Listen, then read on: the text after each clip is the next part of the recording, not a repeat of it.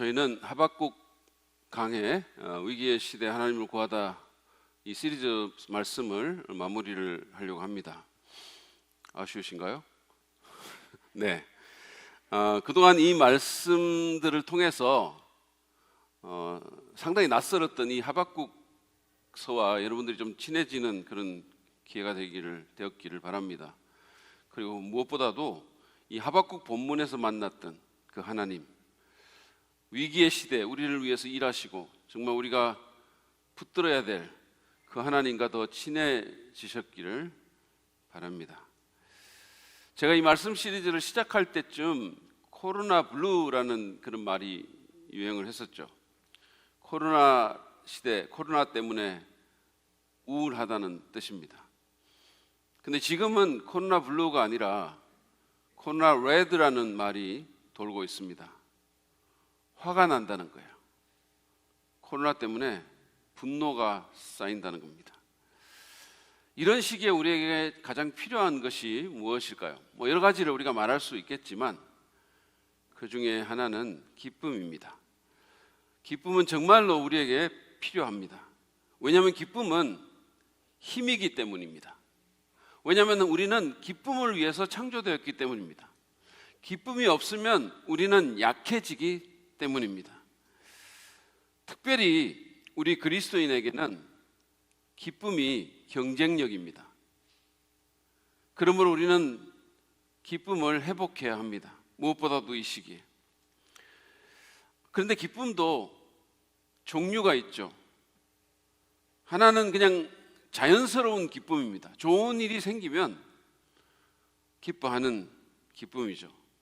지난 주일 저는 창립 48주년을 맞은 어느 교회에 가서 주일 말씀을 전했습니다. 그리고 그 다음날 저녁에 우리 교단의 목회자들 모임에 가서 또 온라인 모임인데 많은 목회자들과 성도들이 이렇게 온라인으로 참여하는 그 모임에서 또 특강을 코로나 상황과 관련된 주제로 특강을 했습니다. 그 전 주간에 저는 이 두 가지 말씀 사역 때문에 상당히 스트레스를 사실은 받았어요. 그런데 감사하게도 무탈하게 그 일들을 잘 끝냈습니다. 심지어는 말씀이 좋았다, 은혜 받았다, 말씀의 힘을 받았다라는 그런 반응도 여러 사람들에게 받았습니다. 카톡으로 또 이렇게 막 전해준 사람도 있었습니다. 그래서 기뻤습니다. 우리 교회에서는 좀처럼 경험하지 못하는 그런 반응이라 더욱 기뻤습니다. 우리 성도들이 이런 특별한 기쁨을 누리라고 평소에 그토록 반응을 안 했구나, 참 사려 깊은 성도들이다 라는 생각을 안 했습니다. 그래서 좀 기뻤어요. 이 경우가 제게는 참 기뻤고 마음이 참 평안했습니다.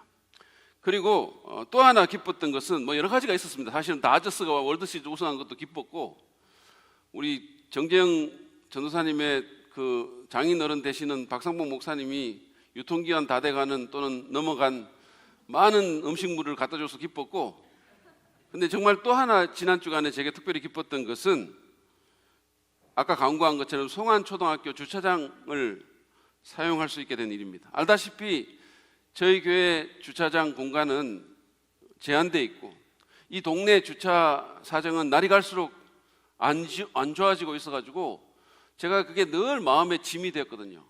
굉장한 걱정이었습니다. 근데 이제 그 학교 주차장을 쓸 수 있게 돼서 얼마나 안도가 되고 기뻤는지 몰라요. 오늘 아침에도 제가 그걸 보면서 너무 감사하고 오면서 너무 기쁜 거예요.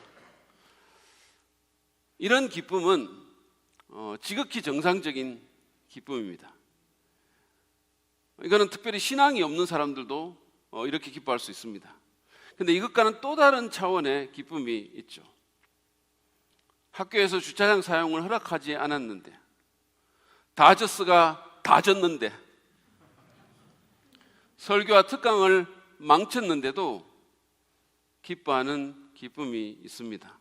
그것은 정말 말이 안 되는 기쁨이에요. 그것은 정말로 클래스가 다른 놀라운 기쁨입니다. 그 기쁨이 우리의 경쟁력이 되는 것입니다. 우리는 어떻게 이런 기쁨을 경험할 수 있을까요? 이것이 하박국 강해의 10번째이자 마지막 시간인 오늘 우리가 나눌 주제입니다. 오늘 본문은 읽었던 대로 하박국서 3장 16절부터 19절 말씀인데 여러분들이 들으시면서 생각했겠지만 17절부터 19절 말씀은 특별히 하박국서에서 가장 유명한 구절입니다. 비록 무화과 나무에 열매가 없어도, 비록 외양간에 소가 없어도 나는 기뻐하겠다는 그 구절은 아마 하박국서에서 가장 유명한 그런 구절이겠죠. 아무튼 이 구절이 포함된 오늘 본문 말씀을 제가 내용을 먼저 좀 살펴보고 그 다음에 역경과 고난 가운데서도 기쁜 일이 없는 데서도 기뻐할 수 있는 비결에 대해서 나누도록 하겠습니다. 오늘 본문 16절은 그 소리를 듣고 나의 창자가 뒤틀린다라는 말로 시작합니다. 여기서 말하는 그 소리는 하박국서 3장 3절부터 15절에 하나님께서 계시해 주신 소리입니다. 즉 하나님이 현현하셔서 열방을 밟으시고 우리의 챔피언이 되셔서 자기 백성을 구원하실 거라는 그 소리이죠. 그 소리는 하박국 선지자의 창자를 뒤틀었다고 했습니다. 유대인들은 창자를 감정의 센터로 보았죠. 다시 말해서 내적인 감정이 마구 흔들렸다는 겁니다. 이게 긍정적인 차원이 아니고 부정적인 거예요. 근데 그게 다가 아닙니다. 그 다음 부분을 계속 보시죠. 그 소리에 나의 입술이 떨린다. 나의 뼈가 속에서부터 썩어 들어간다. 나의 다리가 후들거린다. 하박국은 왜 이런 반응을 했을까요? 그것은 비록 하나님께서 자기 백성을 위해서 싸우시겠지만 궁극적으로는 이기겠지만 그러나 당장의 현실은 바뀐 것이 없고 오히려 그는 그 과정 가운데서 더 큰 환난을 겪어야 하기 때문입니다. 그것은 우리와 동일한 성정을 가진 하박국, 자연인 하박국의 지극히 당연한 반응이었습니다. 그가 겪어야 될 그 환난, 그 고난을 한번 생각해 보시길 바랍니다. 물론 승리가 언젠가는 오겠지만 그럼에도 불구하고 그는 포기하거나 체념하지 않고 하나님을 굳건히 신뢰하는 가운데 자기 자리를 지키고 믿음으로 인내하겠다고 말합니다. 마지막 부분을 보시죠. 그러나 나는 우리를 침략한 백성이 재난당할 날을 참고 기다리겠다. 하나님께서 심판하실 날, 다시 말해서 자기 백성을 구원하실 날, 그날을 참고 기다리겠다는 겁니다. 그 과정이 아무리 힘들더라도 내 자리를 지키고 있겠다는 거죠. 속이 아무리 뒤틀리더라도, 다리가 아무리 후들거리더라도. 그리고 이제 유명한 17절의 말씀이 나옵니다. 무화과 나무에 과일이 없고 포도나무에 열매가 없을지라도, 올리브 나무에서 딸 것이 없고 밭에서 거두어질 것이 없을지라도, 우리의 양이 없고 외양간에 소가 없을지라도. 여기 없다는 말이 몇 번 나온지 아세요? 무려 6번이나 나옵니다. 이 짧은 구절에. 없다송이에요. 없다송. 16절이 아까 읽었던 16절이 하박국의 내면을 묘사했다면 이 17절은 하박국이 처한, 또 앞으로 처하게 될 외부적인 상황에 대한 묘사입니다. 무화과에 과일이 없고 포도나무에 열매가 없다는 말이 우리에게는 별로 심각하게 다가오지 않을지 모릅니다. 무화과가 없으면 바나나 먹으면 되잖아, 뭐 이렇게 생각할 수 있어요. 그런데 지금 상황은 그런 얘기가 아닙니다. 당시 농경사회에서 이 말은 경제적인 파산 상황에 대한 묘사예요. 모든 게 거들난 겁니다. 농사를 망치고 가축이 하나도 없다는 것은 우리 삶의 안정과 만족과 행복을 가져다 줄 것이라고 믿었던 모든 것이 사라져버렸다는 것입니다. 저는 긴 코로나 사태로 인해서 사업에 어려움을 겪는 사람들의 얘기를 들어왔고 지금도 듣고 있습니다. 동료 목회자들 가운데서도 개척교회가 문 닫고 재정적으로 어려움을 겪는, 말할 수 없는 어려움을 겪는 그런 목회자들의 얘기도 듣고 있습니다. 그러나 그 어떤 경우도 지금 하박국이 묘사하는 난국과는 비교할 수가 없습니다. 이것은 그야말로 폭망의 상황입니다. 그는 지금 내외적으로 완전한 참상 가운데 있으며 도무지 어찌할 수 없는 지경에 처해 있는 겁니다.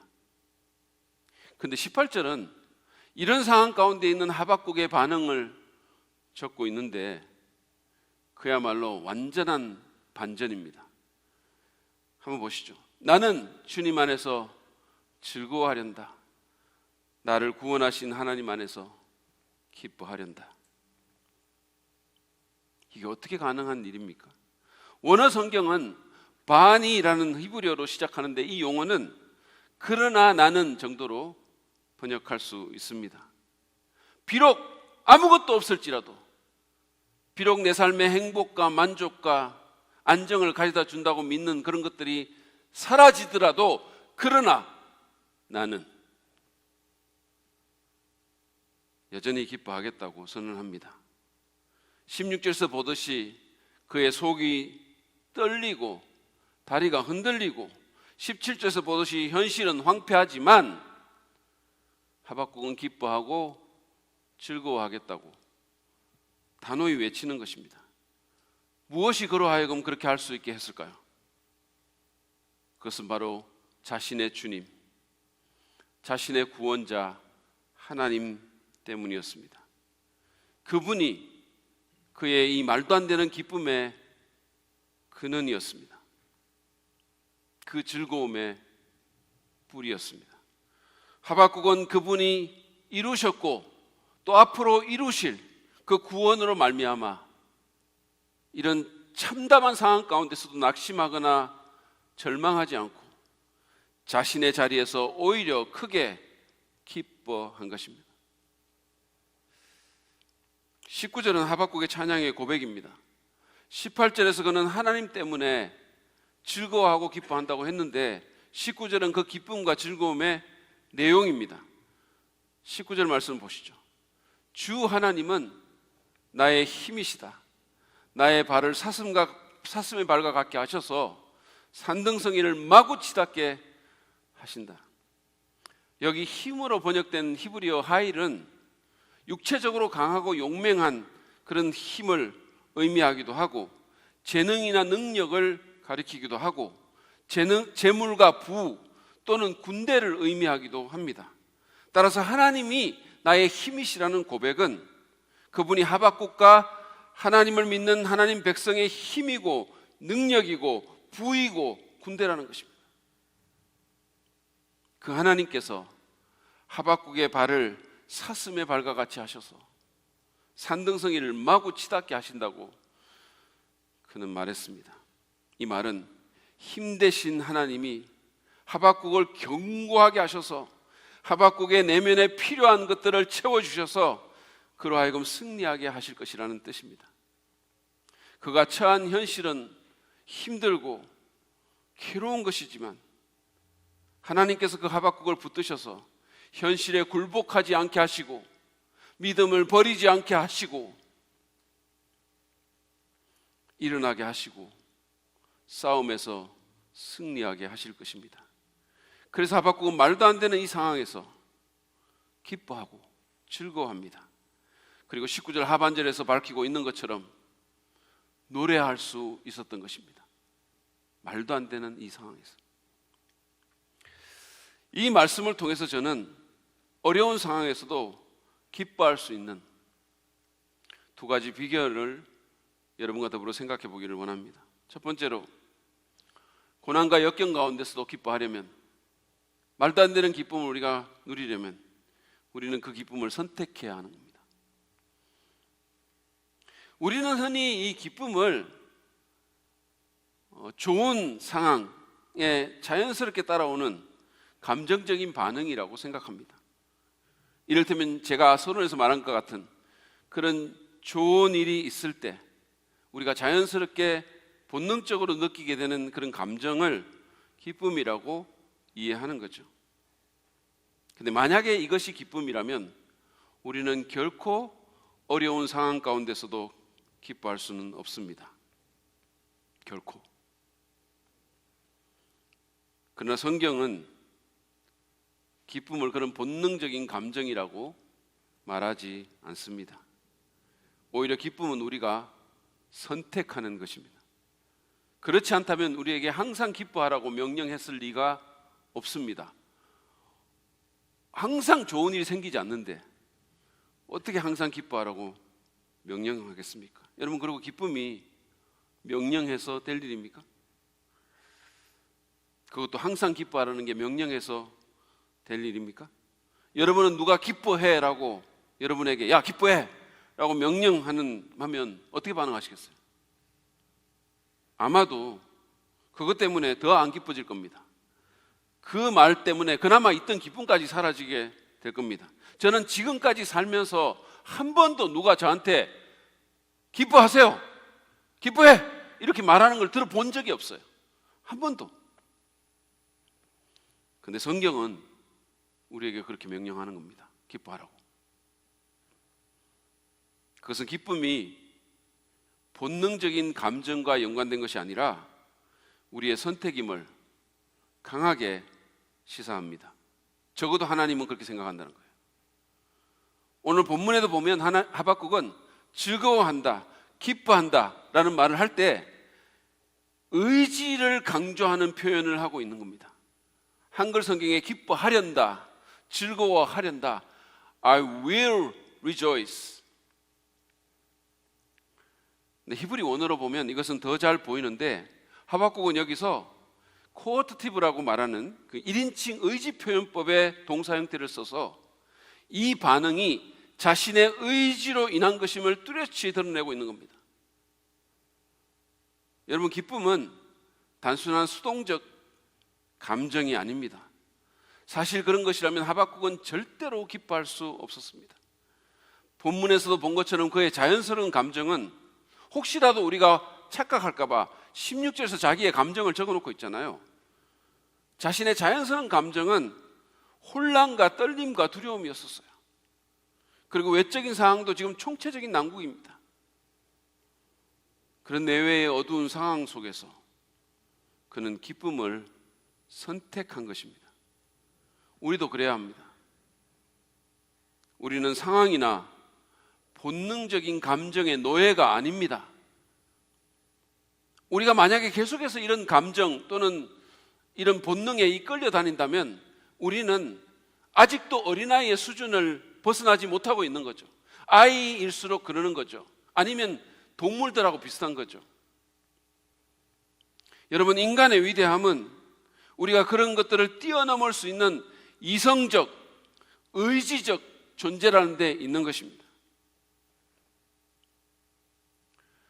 지난주에 우리 설교하셨던 김인태 전도사님이 주일 설교 가운데 제가 이성적인 사람이라서 신학생 시절에 자기에게 언제나 C학점 이하를 주었다는 정말 비이성적인 말을 했습니다. 여러분, 이게 그 두 가지가 무슨 상관입니까? 말은 그렇게 하면 안 되고 자기가 공부를 못했기 때문에 C학점을 받았다라고 해야 되는 거예요. 사실은 그때 당시에 제가 너무 감정적이어서 그 형제에 대한 사랑과 연민이 제 이성을 마비시켜가지고 그나마 C학점이라는 관대한 학점을 준 겁니다. 이성대로 했으면 졸업 못하는 일도 생기지 않았을까요? 설교 잘해야 됩니다. 사실은 농담이고 제 포인트는 우리가 하나님께서 주신 우리의 이성과 의지를 활용해서 본능적인 감정을 뛰어넘는 선택을 할 수 있어야 된다는 거예요. 그리고 그런 선택을 잘 하는 사람이 더 성숙한 사람이고 더 성숙한 신앙인이라는 거예요. 여러분, 기억하십시오. 기쁨은 선택입니다. 폴 세일해머라는 신학자는 기쁨이란 내가 하는 행동뿐 아니라 내 의지와 상관없이 발생해서 내게 영향을 주는 모든 일에 대하여 하나님을 찬양하기로 결심하는 단호한 선택이다라고 말했습니다.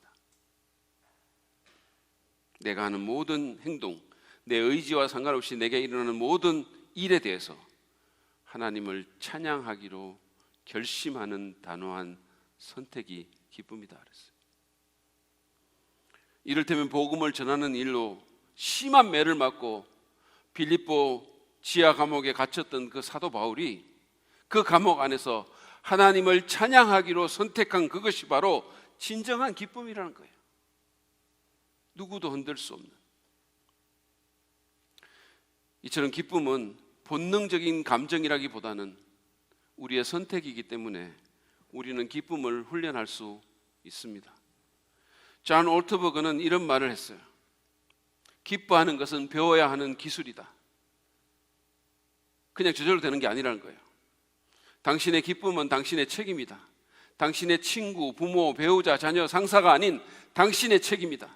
당신은 기뻐하는 것이 힘든 사람일지도 모른다. 그러나 당신은 기뻐하기 위해 분투해야 한다. 그렇게 할 수 있다. 그러면서 그는 주 안에서 기뻐하기를 연습하라고 권면합니다. 훈련하라는 거예요. 자연스럽게 되는 것은 아니지만 훈련해라는 겁니다. 어떤 사람에게는 더 힘들고 어떤 사람이 좀 더 자연스러울 수 있어요. 그렇지만 모든 사람은 연습해야 됩니다. 그가 제시한 5가지 구체적인 제안을 제가 그냥 간단하게 소개를 하면 이렇습니다. 첫째, 미루지 말고 지금 시작하라는 겁니다. 이 훈련을, 기뻐하는 훈련을 바로 시작하라는 겁니다. 두 번째로, 기쁨의 멘토를 찾으십시오. 여러분, 왜 그런 사람 있잖아요. 다른 사람에게 기쁨을 전하고 다니는, 주위에 있으면 생기를 얻는 그런 사람 있잖아요. 그런 사람 찾아라는 겁니다. 제게 있어서 그 사람은 박수정 사모님입니다. 이 사람은 다이어트 멘토는 절대 안 되지만 기쁨의 멘토 자격은 있습니다. 그런 멘토를 찾으라는 거예요. 그 다음에 세 번째, 일주일에 하루를 기쁨의 날로 정해서 그날을 즐거운 일로 가득 채우라는 겁니다. 일주일에 하루를 잡아서 그날은 내가 좋아하는 옷 입고 좋아하는 사람들과 좋은 커피숍 같은 데 가서 정말 커피도 마시고 기쁨을 계속해서 느끼라는 거죠. 하루를 잡아서 아예 의지적으로. 그 다음에 네 번째, TV를 포함해서 미디어 금식을 정기적으로 하라는 겁니다. 올트버그는 TV가 기쁨을 죽이는 원흉이다 그랬어요. 계속 TV 보고 있으면. 그리고 특별히 요즘 뉴스는 더 그렇죠. 그리고 5번째로, 성경적 관점을 갖도록 생각을 훈련하라는 거예요. 생각을 자꾸 바꾸라는 거예요. 본능에 의해서 움직이지 말고 말씀에 의해서 움직이라고. 생각을 바꾸라고. 이처럼 기뻐하기를 연습합시다. 그래서 상황이나 감정에 휘둘리지 말고 하박국처럼 상황이 어둡고 힘들어도, 정말 총체적인 난국이어도, 내가 원하는 대로 아무것도 되지 않아도 즐거워하고 기뻐하기로 선택하는 우리가 되기를 바랍니다. 두 번째로, 이 말도 안 되는 기쁨을 우리가 누리려면 우리는 하나님께 집중해야 합니다. 우리의 하나님께 집중해야 돼요. 하박국은 기쁨을 선택하겠다고 했지만 그것이 단순한 의지력의 산물만은 아님을 우리에게 보여줍니다. 그에게는 그런 의지적인 선택을 가능하게 하는 뭔가가 있었습니다. 단순히 그냥 긍정적인 사고방식, 그냥 철갑 같은 의지, 이런 것만 아니었다는 거죠.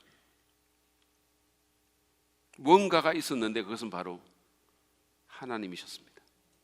그는 주님 안에서 즐거워하고 나를 구원하신 하나님 안에서 기뻐하겠다라고 했습니다. 자기를 사랑하시고 자기를 위해서 싸우시는 하나님, 자기의 구원자 하나님,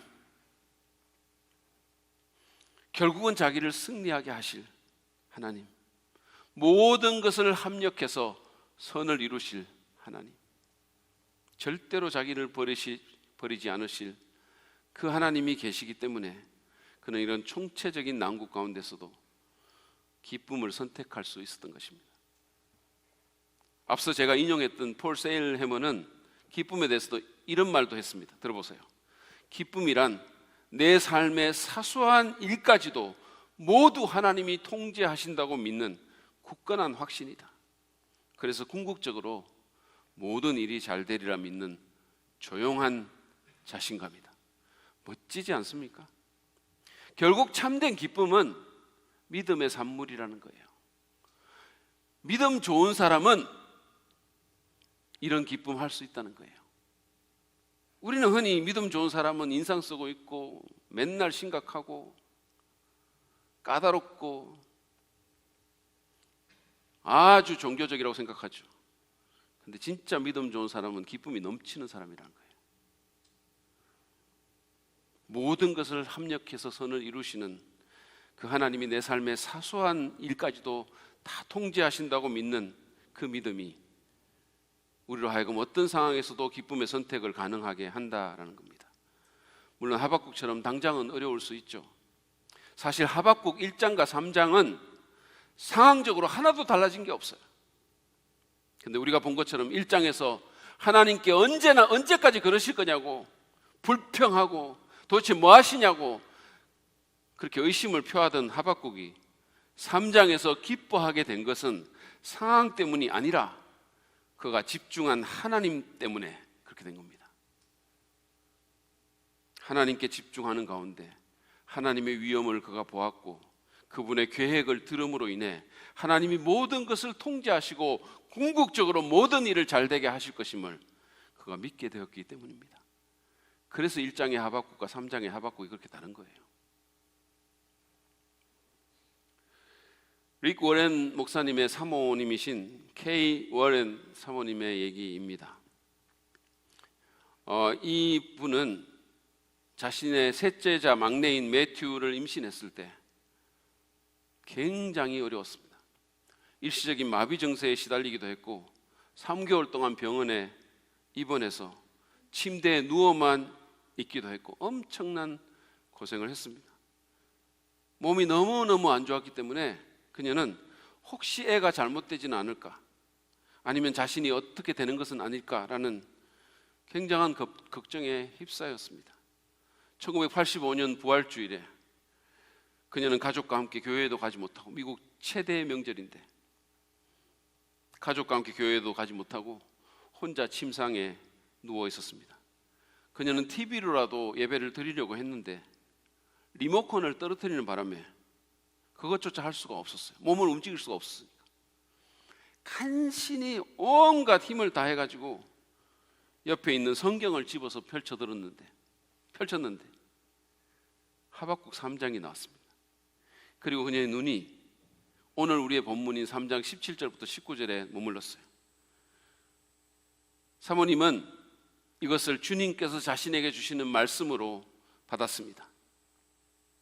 그래, 비록 내 최악의 악몽이 현실이 된다 하더라도, 내 아기가 죽거나 내가 다시 걸을 수 없다 해도 나는 내 구원자 하나님을 신뢰할 것이고 내 주님 안에서 기뻐할 거야. 그리고 그해 7월 18일 그녀는 아들을 출산했습니다. 처음에는 모든 것이 괜찮은 것 같았어요. 근데 시간이 갈수록 그 아이는 다른 아이들과 달랐습니다. 아이는 선천적 장애자였고 관대하고 따뜻한 마음을 지니고 있었지만 결국은 29살의 나이로 세상을 떠났습니다. 아이가 죽고 나서 그녀의 친구가 위로카드를 보내왔는데 놀랍게도 그 안에 하박국서 3장 17절부터 19절이 적혀 있었어요. 그 사모님의 친구는 어떤 것도 알지 못한 채 그 카드를 보냈겠지만 K 사모님은 29년 전 부활절에 자신이 침상에 누워서 주님 앞에서 말했던 것을 생각하지 않을 수가 없었습니다. 비록 내 최악의 악몽이 현실이 된다 하더라도, 내 아기가 죽거나 내가 다시 걸을 수 없다 해도 나는 내 구원자 하나님을 신뢰할 것이야. 내 주님 안에서 기뻐할 거야. 아이가 죽고 한 3달 정도 지나서 그 아이의 28번째, 29번째 생일이 닥쳤습니다. 그 생일날 그녀는 장문의 글을 썼는데 제가 그날 페이스북에서 그거를 읽었어요. 그 끝부분만 제가 읽어보겠습니다. 오늘 매튜의 29번째 생일에 비록 울고 있지만 나는 온 세상에 외칩니다. 나는 주님 안에서 즐거워하며 내 구주 하나님 안에서 기뻐할 것입니다. 내 마음의 상처는 여전히 있고 여전히 아픔이 있지만 내 믿음은 흔들리지 않습니다. 왜냐하면 하나님께서 나와 내 가족을 위해 예비하신 모든 것에 영광스러운 펼쳐짐이 있을 것이기 때문입니다. 하나님은 무너진 것을 회복하시며 다시 세우시겠다는 당신의 약속에 신실하십니다. 나는 하나님께서 우리에게 선물로 주신 내 사랑하는 매튜로 인해서 소망이 회복되고 삶이 치유된 수많은 사람들에게 계속해서 증인이 될 것이라고 확신합니다. 사랑하는 내 아기 매튜야, 너무 보고 싶구나. 그렇지만 그리 길진 않을 거야. 잠깐 후에 엄마가 갈게. 곧 다시 만나. K 워런처럼, 하박국처럼 말도 안 되는 상황이지만 하나님께 집중합시다. 내 삶의 사소한 일까지도 다 통제하시고 궁극적으로 모든 것이 합력해서 선을 이루실 우리의 구원자 하나님을 잠잠히 신뢰합시다. 그것이 우리가 이 위기의 시대 속에서도 기뻐할 수 있도록 우리를 도와줄 것입니다. 그뿐이 아니죠. 더 나아가서 우리의 힘이 되신 하나님은 우리에게 상황을 뛰어넘는 기쁨을 위로부터 공급해 주실 것입니다. 하박국을 하여금 마구 그 산등성이를, 그 언덕을 뛰어다니게 했던 그 힘 되신 하나님이 우리에게 그 기쁨을 공급해 주실 것입니다. 여러분 아십니까? 기쁨은 성령의 열매이기도 합니다. 다시 말해서 그것은 하나님께서 우리에게 부어주시는 선물이라는 거예요. 따라서 우리가 하나님께 집중할 때 우리는 우리를 위해서 싸우시고 우리를 구원하시는 하나님, 내 삶의 모든 일을 통제하시고 모든 것을 합력해서 선을 이루시는 그 하나님을 믿는 굳건한 확신과 조용한 자신감을 회복해서 어려움 속에서도 기뻐할 수 있을 뿐만 아니라 실제로 하나님께서 우리에게 그 기쁨을 공급해 주시는 것을 경험할 수 있게 된다는 것입니다. 지난주에 제 페이스북 친구 한 사람이 이런 글을 올렸어요. 젊은 개척교회 목사님인데 지금 처해진 상황과 처지는 참으로 어렵고 난감한데 이 아침 내 안에서 주체할 수 없도록 솟아나는 이 기쁨과 감사와 충만의 정체는 뭐지? 예수님 고맙습니다. 예수님 사랑합니다.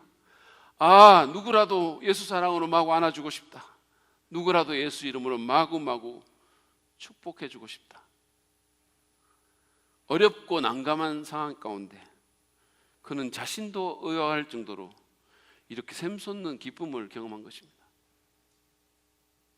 그의 힘 되신 하나님이 그에게 이것을 주신 것이 아니면 이게 뭐겠습니까? 어떻게 이런 일이 가능할까요? 사랑하는 여러분, 그러므로 하나님께 집중합시다. 그분만을 잠잠히 신뢰합시다. 하박국이 그랬던 것처럼 그분의 말씀을 잘 듣고 믿음으로 그것을 받아들입시다. 그리고 바울이 빌립보서 4장에서 말한 것처럼 아무것도 염려하지 말고 오직 모든 것을 기도와 간구로 그리고 감사하는 마음으로 주께 아뢰시다. 그러면 사람의 헤아림을 뛰어넘는 하나님의 평화가, 그분의 기쁨이 우리의 마음과 생각을 그리스도 예수 안에서 지켜주실 것입니다. 참으로 그러실 것입니다. 오늘 우리는 클래스가 다른 기쁨을 누리기 위해서, 그야말로 어려움 가운데서 기뻐할 수 있기 위해서 감정에 끌려다니기보다, 상황에 휘둘리기보다 기쁨을 선택해야 한다는 것과 기쁨의 근원 되시는 하나님께 오롯이 집중해야 한다는 것을 배웠습니다. 제가 마무리를 하면서 평범 이상의 삶이라는 책에 나온 한 신부의 얘기를 하겠습니다. 엄청나게 큰 규모의 결혼식에 참여한 이 신부가, 이게 너무 규모가 큰 결혼식이니까 준비할 게 너무 많고, 거기다가 결혼식을 위해서 최소한 몇 시간 이상을 이 신부가 치장을 했습니다. 그동안 아무것도 못 먹어가지고 배가 너무 고팠던 그녀는 24명의 신랑 신부 들러리들이 자기 자리로 가는 동안 자기 아버지와 함께 교회 연회장에 마련되어 있던 테이블 곁을 걸어가다가 그 위에 진수성찬에 손을 댔습니다. 다양한 색상의 과자와 견과류, 치즈볼, 금정 올리브 몇 개, 한 주먹의 아몬드, 작은 소세지, 새우, 베이컨, 마리, 크래커 이런 걸 마구 삼켰어요. 폭풍 흡입을 한 겁니다. 결혼식장으로 이렇게 가면서. 그리고는 입가심을 하려고 마지막으로 한 잔의 분홍색 샴페인을 들이켰어요. 이제 신부가 단상까지 행진하기 위해서 저 출입문 앞에 섰을 때 사람들의 눈길을 끈 것은 그녀의 웨딩 드레스가 아니라 그녀의 얼굴이었습니다. 그녀의 얼굴은 백지장같이 창백한 흰색이었어요. 체한 것입니다. 급체가 된 거예요.